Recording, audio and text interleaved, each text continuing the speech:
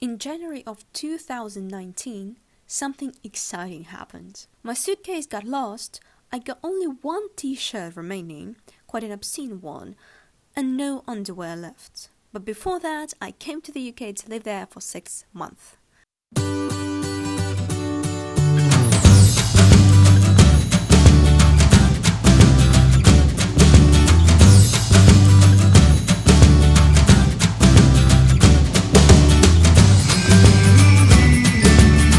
The university that welcomed us was incredibly hospitable.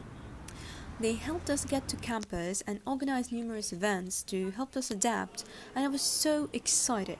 I even got a buddy for myself, a very nice and lovely girl who, in her turn, was abroad in South Korea. At the beginning of our stay, we went to see Winter Wonderland in Hyde Park.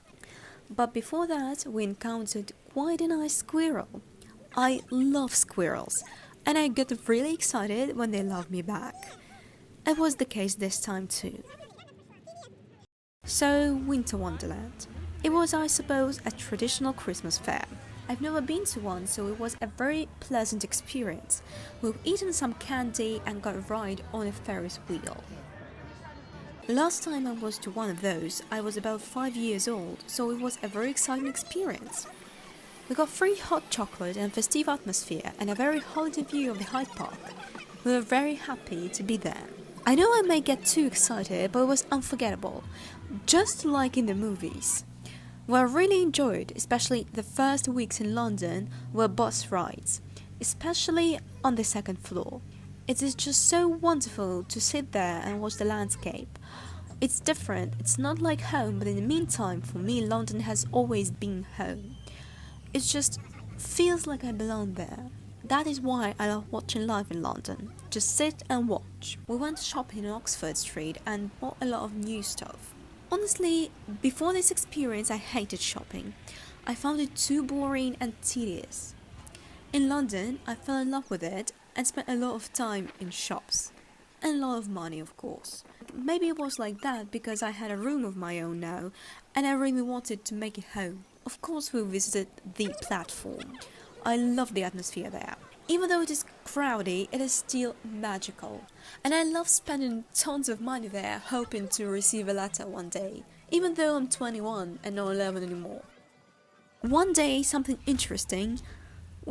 scary happened. I woke up in the middle of the night from a loud crash.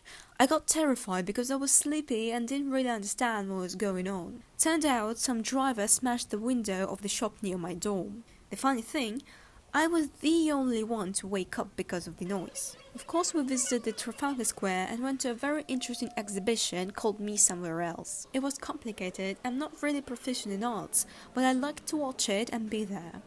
Then we went to Piccadilly. Surprisingly, I didn't visit this iconic place when I was in London in 2017. No idea why though.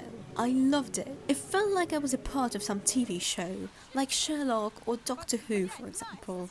I still have a picture of Piccadilly as a wallpaper on my phone. In January, I made my small dream come true. During my last visit, I didn't have a chance to visit Stonehenge. So when the Students' Union proposed a trip there, I agreed eagerly. And what a pleasure it was to visit such a place. It's really hard to explain and to show it, but the atmosphere there is just wow.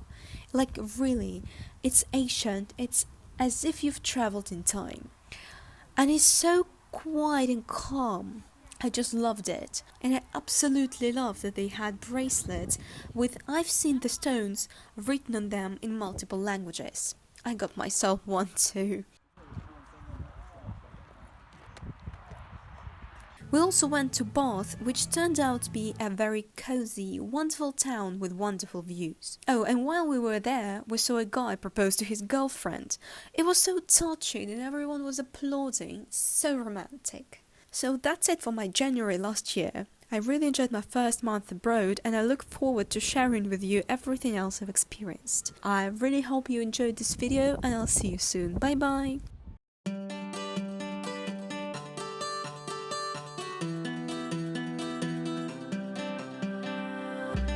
I'm making this the last time I break down, holding on to my breath No